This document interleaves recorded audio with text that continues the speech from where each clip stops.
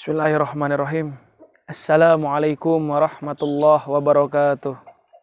Saudaraku yang saya hormati dan yang dimuliakan oleh Allah Subhanahu wa taala. Akhir-akhir ini musibah terjadi menimpa negeri kita semua. Hujan di mana-mana. Dari pagi bahkan dari tadi malam. Ya, dari malam lanjut ke pagi sampai siang hari. Kemudian lanjut lagi nanti sore harinya. Setelah siang berhenti, reda, sore hari hujan lagi. Sampai pagi hari. Dan begitulah seterusnya. Sehingga terjadilah musibah di mana-mana. Ada banjir, ada longsor, ada juga bahkan yang korsleting listrik di sebagian beberapa rumah. Saudaraku sekalian, kalau terjadi musibah, apa yang mesti kita imani? Apa yang mesti kita lakukan? Sebelum kita membahas itu, ada baiknya kalau kita membahas tentang musibah itu dulu sendiri. Apakah musibah yang datang itu sebagai ujian buat kita atau peringatan? Mari kita ulas bersama-sama. Saudaraku sekalian, musibah bisa jadi ujian buat kita. Kalau kita lulus dalam ujian yang Allah berikan kepada kita, kitanya sabar, tidak banyak mengeluh, justru malah banyak berdoa kepada Allah supaya musibah ini berhenti, maka yang pertama, pahala kita semakin banyak. Yang kedua, dosa-dosa kita diampuni. Dan yang ketiga, derajat kita semakin diangkat, ditinggikan oleh Allah Subhanahu wa taala. Jika derajat sudah tinggi, niscaya bisa memasuki surga. Ya, surganya itu kelas orang-orang soleh, termasuk para nabi dan rasul dan orang-orang syahid lainnya. Maka oleh karena itu, ketika terjadi musibah, ya, kalau musibah itu berupa ujian, kalau kita lulus dalam ujian tersebut, maka niscaya pahala kita tambah banyak, dosa-dosa kita berkurang, dan derajat kita diangkat, ditinggikan oleh Allah Subhanahu wa ta'ala. Saudaraku, ada juga musibah itu merupakan peringatan dari Allah. Atau bisa juga sebagai hukuman dari Allah Subhanahu wa ta'ala untuk kita semua. Mungkin bisa jadi musibah ini terjadi akibat perbuatan kita selama ini. Sebagaimana yang terjadi di zaman Nabi Nuh alaihi salam. Kaum Nabi Nuh banyak berbuat maksiat. Tidak mau mendengarkan apa yang disampaikan oleh Rasulnya, oleh Nabi Nuh. Mereka juga tidak mau menyembah Allah Subhanahu wa ta'ala.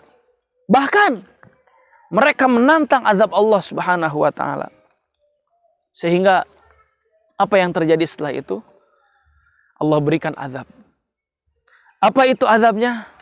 Pertama-tama Allah beri hujan.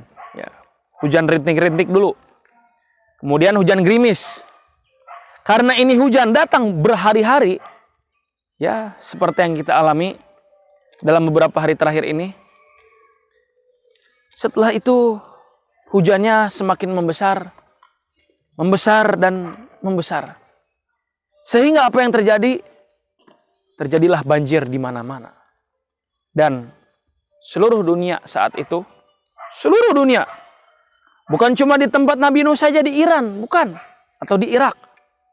Tapi seluruh dunia waktu itu, termasuk Ka'bah pun ikut tenggelam, ikut rusak akibat banjir bandang tersebut. Itu banjir luar biasa. Banjir terbesar yang pernah ada di dunia ini. Selain banjirnya juga besar, ya, menimpa semuanya, ini banjir sangat tinggi. Gunung-gunung, bahkan bangunan yang menjulang tinggi, gedung-gedung pencakar langit pun ikut tenggelam semuanya. Saking tingginya banjir tersebut. Jadi bukan banjir 1 meter, 2 meter lagi, bukan. Ya mungkin bisa ratusan meter mungkin ya. Ya mungkin bisa sampai 1 kilometer tingginya. Ini dahsyat. Kalau melihat kisah Nabi Nuh, memang kita jadi ngeri juga gitu.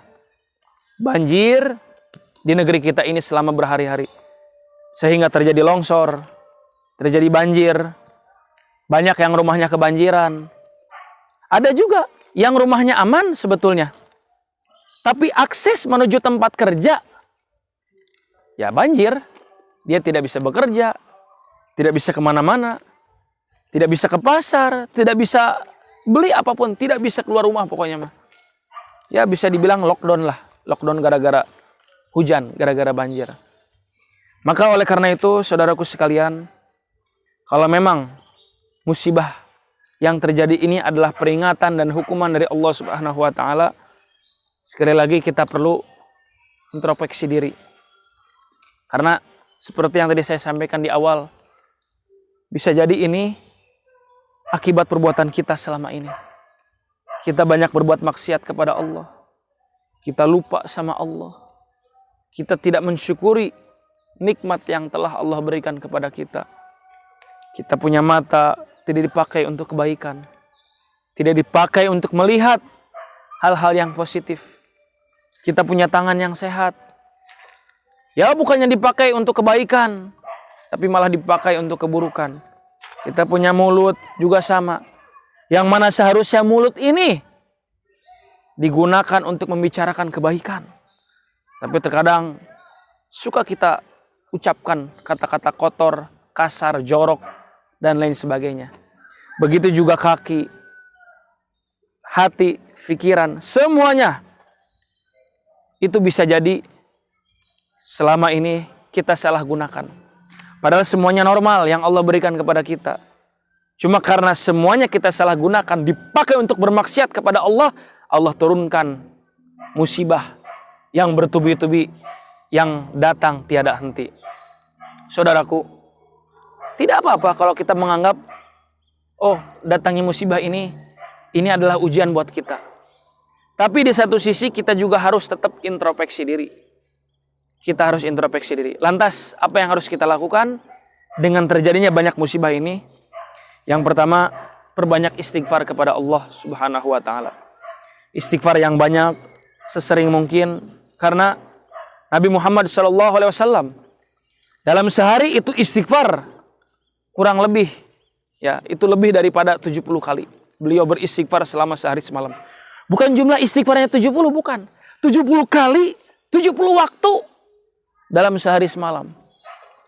Coba renungkan, kita kapan beristighfar kepada Allah, kapan saja kita waktunya. Coba kita renungkan. Ya bisa jadi mungkin setelah sholat saja. Ya, habis itu udah kita nggak banyak istighfar. Nah ini tentu saja keliru. Ya, setelah sholat tentu saja kita membaca istighfar. Tapi di saat-saat yang lain juga, sebelum tidur, ya bangun tidur, kemudian zikir pagi, zikir petang, kita pun di situ mesti mengucapkan astagfirullahaladzim.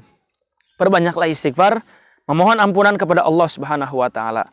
Yang kedua, perbanyaklah berzikir kepadanya. Zikirnya bebas, mau subhanallah boleh, alhamdulillah boleh, Allahu akbar boleh, la ilaha illallah boleh. Atau mau digabungin semuanya, subhanallah walhamdulillah, wa la ilaha illallah wallahu akbar, tidak ada masalah. Zikir. Yang ketiga, ya perbanyak sholat sunnah lah. Ya, perbanyak sholat sunnah. Kita ini jujur saja terlalu mengandalkan sholat-sholat wajib. Ya kalau diterima, kalau tidak diterima bagaimana? Makanya untuk menambal sholat wajib, perbanyaklah sholat sunnah. Karena khawatirnya sholat wajib yang selama ini kita kerjakan, ada banyak kekurangan, ya, ada banyak kesalahan, sehingga bisa ditutup, bisa ditambal dengan sholat-sholat sunnah. Saudaraku, marilah terus kita beristighfar kepada Allah sebanyak-banyaknya. Perbanyak juga berzikir kepada Allah. Subhanallah walhamdulillah wa la ilaha illallah wallahu akbar. Perbanyak juga membaca Al-Quran beserta maknanya, supaya kita semakin lebih baik lagi daripada sebelum-sebelumnya. Perbanyak juga berdoa kepada Allah Subhanahu wa taala supaya musibah yang menimpa negeri kita Indonesia tercinta ini segera berakhir. Terus perbanyak doa. Saya yakin doa-doa kita semua pasti akan dikabulkan oleh Allah Subhanahu wa taala. Asalkan kitanya sungguh-sungguh dalam berdoa kepadanya. Kitanya sungguh-sungguh, betul-betul siap memperbaiki diri, niscaya Allah Subhanahu wa taala pasti akan mengabulkan doa kita semua. Yuk, sama-sama kita memperbaiki diri lagi, perbaiki lagi hubungan kita dengan Allah Subhanahu wa taala. Dan satu hal lagi, jangan lupa juga perbaiki hubungan kita dengan alam. Hablum minal alamin, hubungan dengan alam semesta, ya, dengan alam sekitar, dengan lingkungan kita, dengan menjaga kebersihan, ya, jangan buang sampah sembarangan. Ketika ada sampah misalnya buru-buru kita ambil, ada sesuatu yang mempat buru-buru kita singkirkan, ada gangguan di jalan, ada apapun itu, buru-buru kita singkirkan. Karena itu bagian daripada hablum minal alamin.